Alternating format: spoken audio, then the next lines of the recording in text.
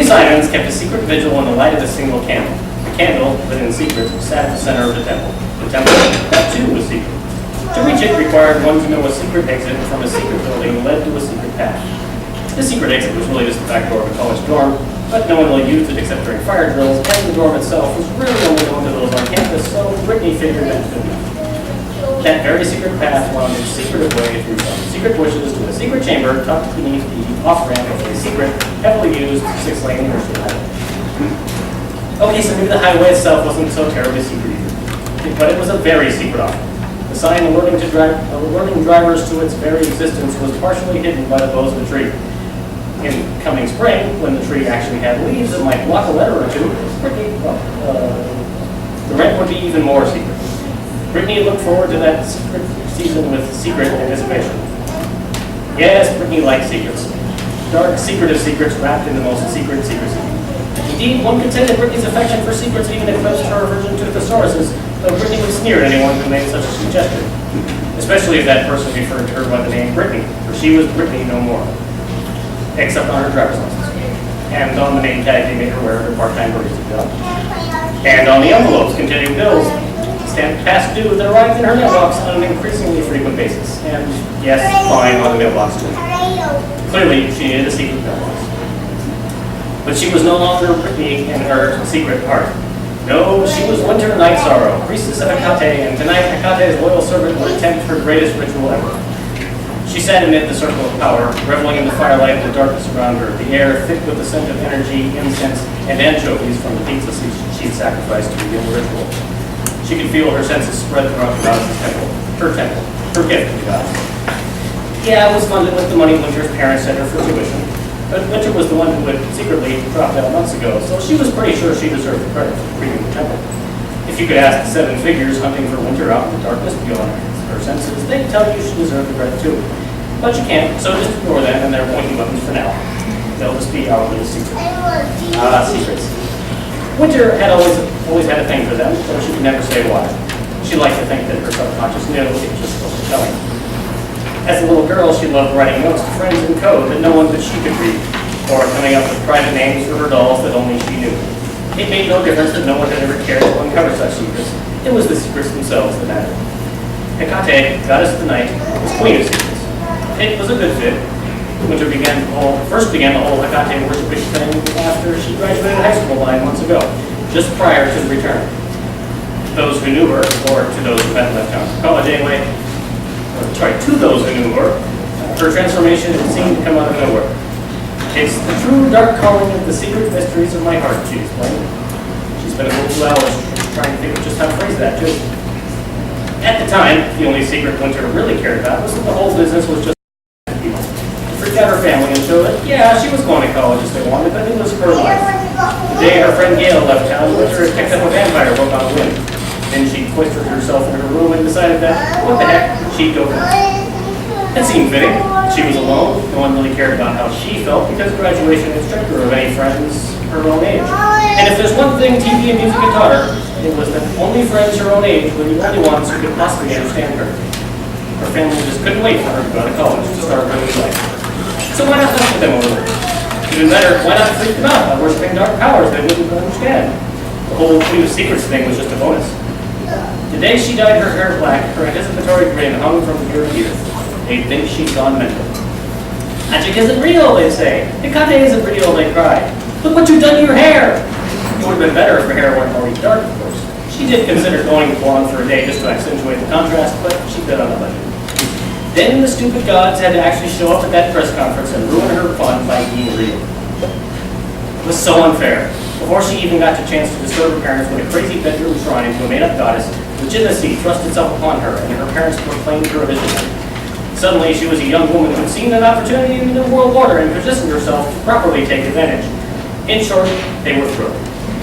Robbing her of her rebellion, they even had the nerve to call her happily, by her new name. Just her luck, she wound up came to a bunch of pragmatists. Human reaction to the Olympians' reappearance ran the gamut, with pragmatists smack in the middle, just going for the flow to capitalize on whatever benefits they could gain with lip service. At one end of the spectrum hung the true believers, Olympian zealots who welcomed the new gods with open arms and sincere worship. Balancing them out at the other end, beyond those who refused to call the Olympians gods, but still tolerated them as a testament to the complexity of God's, capital G, creation, raised those who declared the Olympians false gods. Any mention of their divinity was reviled as heresy.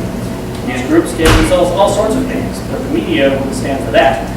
Viewers had enough to keep up with, after all, so the media collectively dubbed these groups biased reactionists, whether they liked it or not. First, the biased reactionists openly showed their defiance. Groups as large as entire countries took a stand against the false gods. When the frequency of natural disasters in these countries spiked dramatically, alongside curious coincidences of government leaders developing a second head or studying the case of death, the movement gradually went underground to avoid further reprisals. Yet, it was still up. Winter would have caught hell if just one of her close family members had fit into such a group. Yelling and screaming fights, maybe even random searches of her room that would have forced her to hide her materials of worship. In short, it would have been awesome. Stupid supportive family. Yet Winter wasn't a quitter. Not this time, anyway. She kept trying to evoke a reaction, dropping hints that maybe a certain closed-minded uncle might want to visit, and trying to scare them with Latin chanting. She even had left a few pamphlets from the ultra-extremist neo-Christian movement of America lying around the house with the hope they would take propaganda to heart, but no dice. Perhaps, had Winter known that the aforementioned 7 figures and their pointy weapons would be eventually coming for her, she would have taken comfort in that looming confrontation. Except we're still not talking about them, so forget I mentioned this. Sorry about that. Back to Winter. She had spent the summer learning the ways of worshiping her new goddess, guided by the internet and a few books provided to her by her dreadfully encouraging parents. It wasn't until she got to college that she realized that at some point during the past few months of fakery, she'd grown to truly enjoy it. Her devotion to Hecate blessed her with divine dreams, a sense of belonging, and the discovery that Melinda, that quote-unquote red-headed bitch, secretly dyed her hair. It wasn't enough to break up Melinda and Chad, but it was close, darn it. Hecate's mastery of secrets even helped Winter get the answers to numerous midterm exams. They weren't actually for any classes she was taking, but they fetched quite a good price on Black Hole. Winter mostly flunked out of her own courses. But that didn't. Hecate's power was all she needed. By abandoning college, she could use her tuition money to transform the secret underpass above. She could use her tuition money to transform the secret underpass alcove into a proper and secret temple. Real gold paint was expensive, after all, as was bribing art students to make a few statues and carve the devotionals into the concrete without telling anyone. Constantly redying her hair was also starting to add up, frankly, but it was necessary. She hoped to eventually prevent any light from escaping it whatsoever. Now the evening's opening convocation to the goddess was complete. The anchovy and artichoke pizza sacrificed sad and ashes upon the ritual bowls. Incense hung heavy in the air. Her laptop computer displayed the secret spells of Hecate that she found online and then improved upon with her own touches. The candle of power burned before her. Winter focused on the tiny flame and calmed her mind, awaiting the touch of the goddess. In the temple, Hecate was there. Not, there, present in spirit.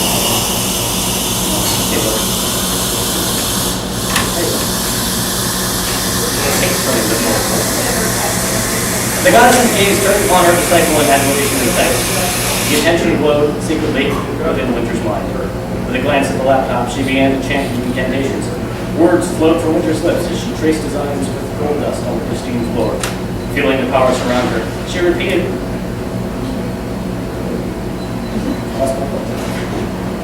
Feeling the powers around her, she repeated the words until she could no longer recall when she had begun.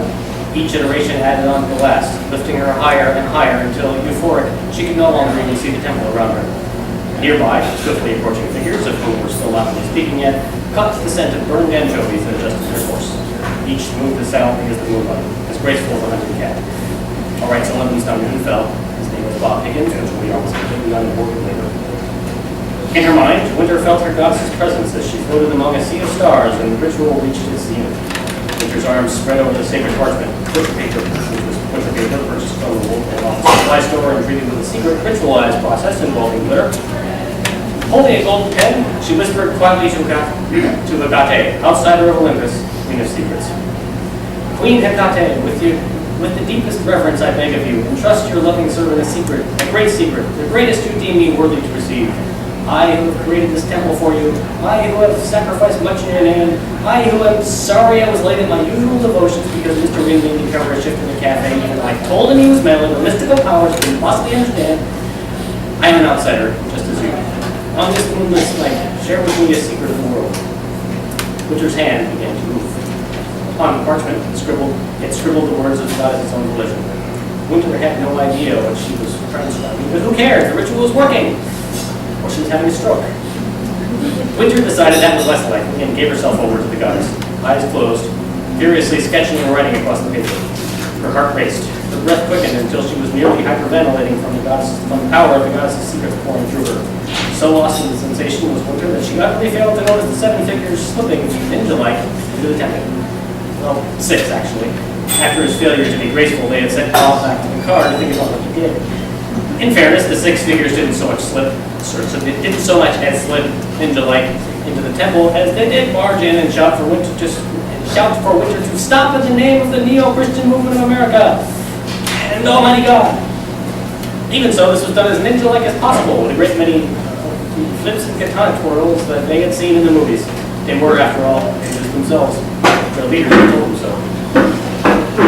Perhaps one of the most unpredictable changes resulting from the Olympian return was the sudden rise of ninja training camps run by far-right Christian groups. Once the biased reactionist movement was forced underground, operating in secrecy grew paramount to survival. Furthermore, leaders of fanatical groups such as the NCMA swiftly realized that they had something of a public relations problem. The youth of America, and indeed the world, had been seduced by the utter coolness of actual beings purporting to be mythological gods. Cults sprang up overnight. A person couldn't turn on the TV without seeing news such as the new Las Vegas casino Dionysus had opened, or the latest lucky mortal to be seen with Aphrodite. Hermes even had a regular show on MTV. The NCMA urgently needed to become more competitive, or it faced a coolness gap. The necessity for both coolness and secrecy led them to the inevitable and obvious concept of ninjas. Kids love ninjas. Kids love dinosaurs too, but the NCMA's efforts of cloning a few proved disastrous when they accidentally funded some Texas A&M fraternity brothers posing as scientists. The scientists bought a used Godzilla costume and spent the rest of the NCMA's money on the biggest cake party the Yankees had ever seen. And so the first Christian ninja squads were trained on a reduced budget. No one was really sure what to do with these squads at first, but the program proceeded based on the philosophy that it was better to have ninjas and not need them than to need ninjas and not have them. Even so, the first groups completed training before the ninja squad even had a suitable name, as a few dissenters who considered the training a waste of resources refused to dignify the effort. It was then that the monsters began to appear. Harpies off the coast of North Carolina, poisonous, winged kittens terrorizing America's heartland. There was even talk of a hydra dwelling in Lake Michigan. Such new horrors silenced the bickering over the value of ninja training. God, in his wisdom, had clearly chosen to demonstrate his approval of the ninja program by causing to appear something for which they would need ninjas. This is not to say the ninjas were then put to work roaming the country to slay monsters. The NCMA astutely noticed that the Olympiad gods regarded monster slaying as a good and glorious thing, and clearly the Ninjas Templar, as they eventually became to be called, could in no way support the Olympian agenda. Nor was the NCMA particularly worried about the monsters. They were, after all, a sign of God's approval of the ninja program, and he would have done, he would undoubtedly take the monsters away once the NCMA had trained enough ninjas to please him, and the problem would, therefore, take care of itself. And they would have ninjas. In the event they needed them, moderate use budget. There were a few heretical souls in the NCMA who lay awake at night, harried by a feeling that something was not quite right about the whole thing. But for this reason, they often overslept and missed key policy meetings. This in turn led the others to postpone the policy committees on grounds of truancy, and so no one had a problem. It wasn't long after the NCMA decided the Ninjas Templar might possibly be used to strike against cells of the Olympian insurgency. And so it was with cries of death to the false gods that the squad of Ninjas Templar, sounds Bob, rushed into Winter's temple. They knocked over a statue of the goddess, kicked out the sacred fire, and swept away the still entranced Winter in a fury of righteousness. They gathered up what treasures they could to be repurposed or sold to fund the NCMA, set fire to the temple, or as much as they could, given its concrete construction and off-road location, and threw the heathen laptop and texts upon the flames to be destroyed forever, except for the ritual parchment, because the glare was kind of neat and Bob might enjoy it since it was penance. It was not until the Ninjas Templar returned to their black 40-tunnel line of righteousness parked a mile down the road that they noticed the words that Winter had written upon the parchment. Beneath the half-completed sketch of what appeared to be 9 elaborately decorated cylindrical containers, the following words were written. Within 9 cans depicted here resides that which Olympians fear. In was, Bob decided, even better than we were. And I'll check it.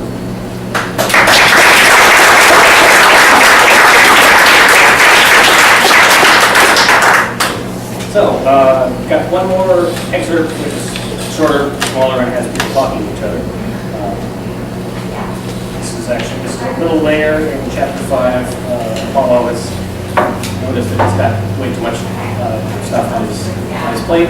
He's running out of time. He's actually just come back from target shooting with his sister, Artemis, on top of the building, and being constantly interrupted every 5 seconds by a little cell phone texts and such from people. Basically, he's gotten prayers, and he remembers every other 3 seconds.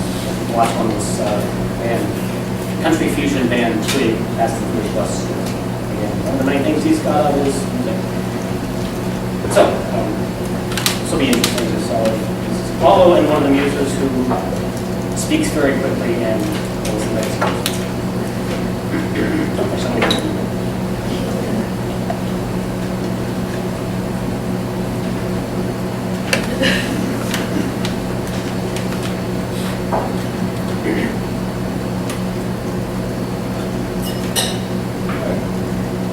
Apollo made his way to his quarters, located in the eastern wing overlooking the secondary stages. He was out of time for that. Work awaited him again. Dreading the number of messages, surely softening his inbox, climbing the stairs past the muse's quarters on his way to his office. Are they insane? The question burst from the muse's quarters, leaving no doubt about the opinion of the one posing it. How is that the same? No, answer me. How is that the same? Apollo halted his climb and turned instead toward the doorway to poke his head through the silk divider curtain. Thalia stalked back and forth in the middle of the atrium, red hair blazing behind her in the sunlight. She focused all her attention on the phone clutched in her hand. No, look! Thalia caught sight of Apollo and put him off with a nod before directing her wire back into the phone. I don't care how much of an advance he's getting. You tell those producers the character stays as is or you're backing out. Well, who cares if there's a contract?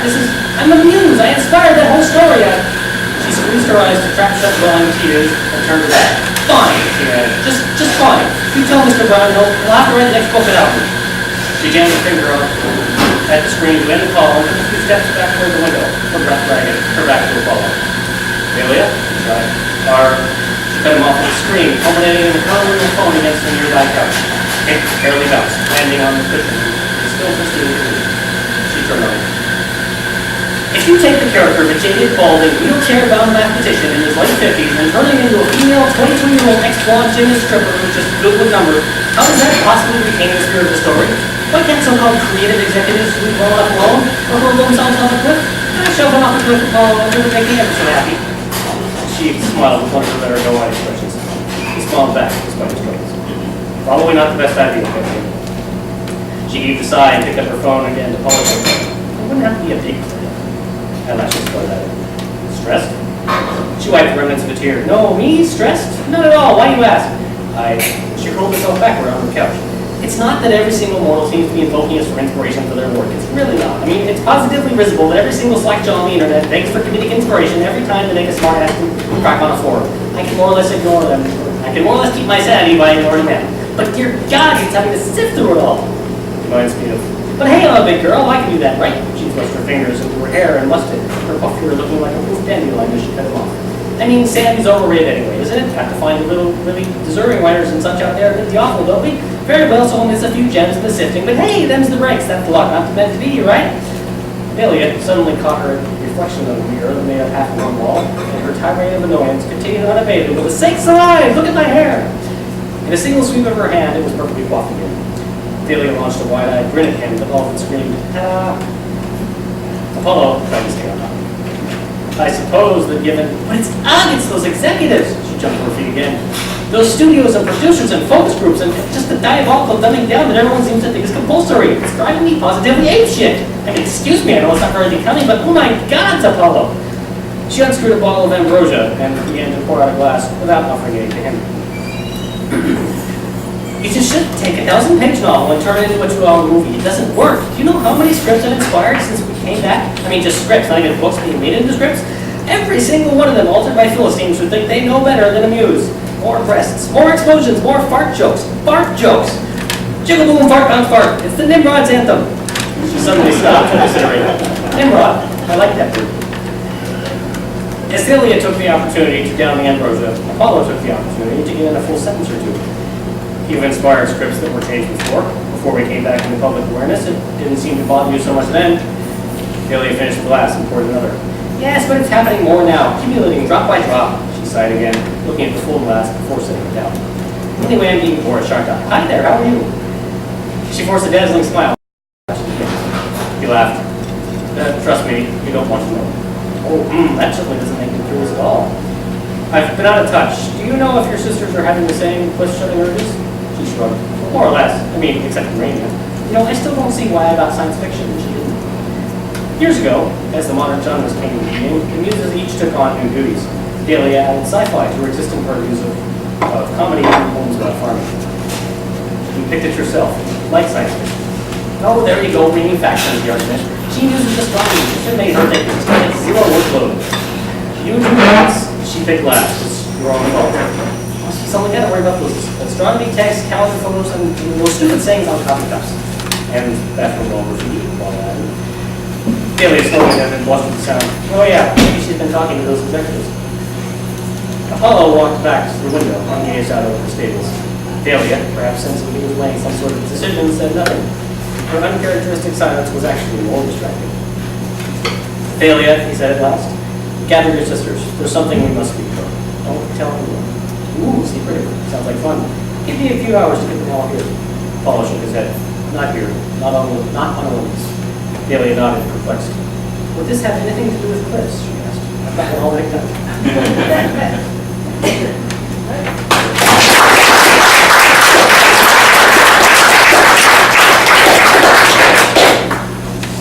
So that's all the reading I had. I was going to put up the questions and people like shout it out, raise your hand. When did you start writing this? I started writing this a while ago, actually. It took, about 2008, 2009. The book actually is set in 2009. It took me, after I finished it, sometime at the end of summer 2010, it took a while to actually get it pitched and published. It's picked up. So you had it finished and you're shopping around to publishers and Yeah, the challenge with this one was that it's 150,000 words long, which is not really that long for a fantasy book, but for a first novel, it's longer than most publishers like to see because they cost money to risk on it. You don't want to take a risk on a new author. So I prefer 90,000. So I decided I'll chop it in half, did a little history of zoology. I got some bites, I got some things interested in it, but they kept passing until I finally submitted to Booktrope last summer. But 6 months waiting on that for them to get back to me and let me know, and I finally heard in January, sometime it was late January, on a morning I was actually homesick from work. And so I was in bed and I checked my email, maybe really cold, and saw it and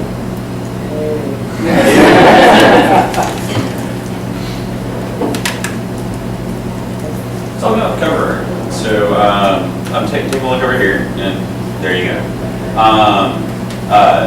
Who did it? Did you design that, or did somebody else make that up for you? Well, it was the illustration design was done by, the back was done by Greg Simonson, who's right here. We all sort of collaborated, myself and Greg and my book manager, editor, and other people kind of brainstormed a bunch of different ideas. This wasn't actually our first design. Originally we're going to have some characters on the cover here that were kind of similar. So we finally decided on just a pile of, this was actually my manager's idea, just a pile of stuff related to the novel. It's called Racer Wing, but they're recurring creatures that show up. Everything on here has a reason for being there, including the Sunday, but I won't spoil that.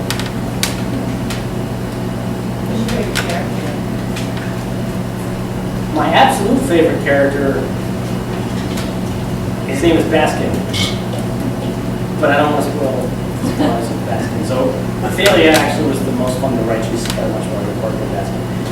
And she's, as you probably heard, she's She has no filter. She just talks and spits out everything, making various sci-fi references every time. Do you do a bunch of research on Greek gods, myths, or? I did. I actually grew up reading mythology, and then I took some classics courses in mythology. Also took Latin and English class. I would say Greek gods, Greek mythology. Yeah, so when I started writing it, I realized I should do more research. Yeah. So I went through to get, just to relearn and to actually get inspiration. Yeah. And some things, like the one book of the Fates right here, I didn't know too much about them, so I wasn't sure I was going to portray them, so I did a lot of I research would on say them. that you put the fates in here, but The Fates, actually I can read a very short introduction to things. In the word.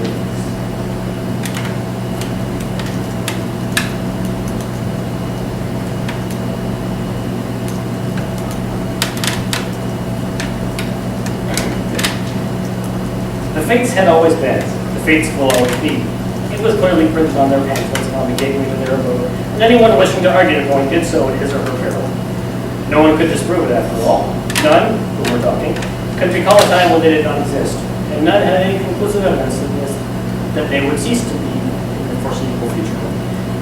You tell I haven't practiced reading it. The Fates were as old as memory, as omnipresent as time, and as unceasing as, well, you get the point. Neither with awe, and with amazement, shows some respect to the concept we're trying to get across here. The Fates toiled currently in a serviceable room above a convenience store at the intersection of the two parallel streets of Square Route 23 on the eastern side of Moose Jaw, Saskatchewan. No doors led into the room. No doors led out. No one in the area could look at the space above that convenience store and tell you what was inside. What precisely caused the strange lights to shine out of the shaded windows at precisely 9:53 p.m. on Thursday, or why no one even remembered a second story ever being built. These were not the sorts of things people near the room wondered if they knew what was good for them. These were also not the sorts of things people wondered even if, as was more often the case, they did not know what was good for them either, for the simple reason that no one was getting to do so. At least not yet. There would eventually come a time when someone would want it, someone would care. Someone would have a spare moment in the middle of a Tuesday evening when there was nothing much else to do and this show didn't come on for another hour. And someone would try to investigate. In that moment, the room would be gone. There would be little fanfare. The room would simply move itself elsewhere, and later would please Heisenberg, were it possible to simultaneously find him and ask his opinion.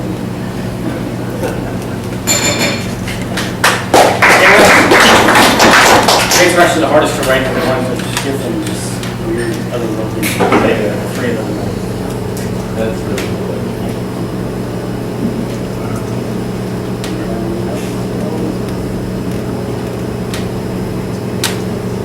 Who are your influences?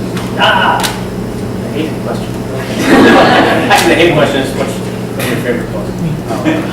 Influences for this book specifically, Nuts Items, Hey Barry. You ever heard of a webcomic called Wayward? I think I made over. Yeah, then look it up. It's the artist stick figures, but it's really good stuff. You have to see it, but it's a D&D based comic. It's a long. It started out as just a series of one shots, but it's just really long. I think they're on like 900. And it's long story arc. It's actually pretty good. So I was also. I hadn't read two people said, oh yeah, it's kind of like you should read Terry Pratchett, but I hadn't actually read much Terry Pratchett before when I started reading this. I have not read Percy Jackson all the way. I didn't even know it existed at first until I was midway, or a quarter of the way through writing the book, walking through the bookstore, and I saw the stand-up thing. I'm like, I won't say what I thought. But I left the store thinking, oh shoot, like, great idea, somewhere I already had it, and this, and then I finally got the guts to look it up and found it was not quite the same as this. So I've been marketing this like Percy Jackson, but are now reaching it. So, you say people who like Percy Jackson, would it be appropriate for, say, a 13-year-old? If the book were a movie, I'd probably rate it PG-13. There's occasional cursing, no actual sex, some mention of, have you ever read The Hitchhiker's Guide to the Galaxy? Last week, that's what I was going to say, one of your reviews talked about Douglas Adams, and our oldest daughter has read The Hitchhiker's, but she also is a huge Greek mythology fan. And so I thought. If you're willing to if you're willing to let her read Hitchhiker's, this should be fun. If not, I see you go on a regular basis, we can lose time.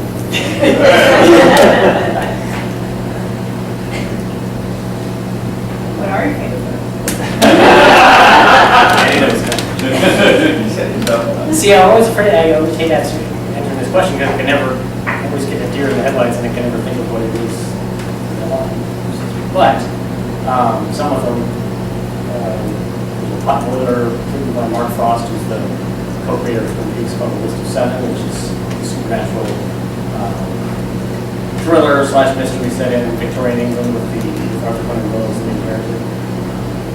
There's Hitchhiker's Guide. I've been really interested in this new series by, well, the series isn't new actually, it's by Scott Mitch, it's called Gentleman Bastards, which is, there's 3 books in it, and it's sort of like, if you took Ocean's 11 as written by George R. R. Martin. I like this. Yeah.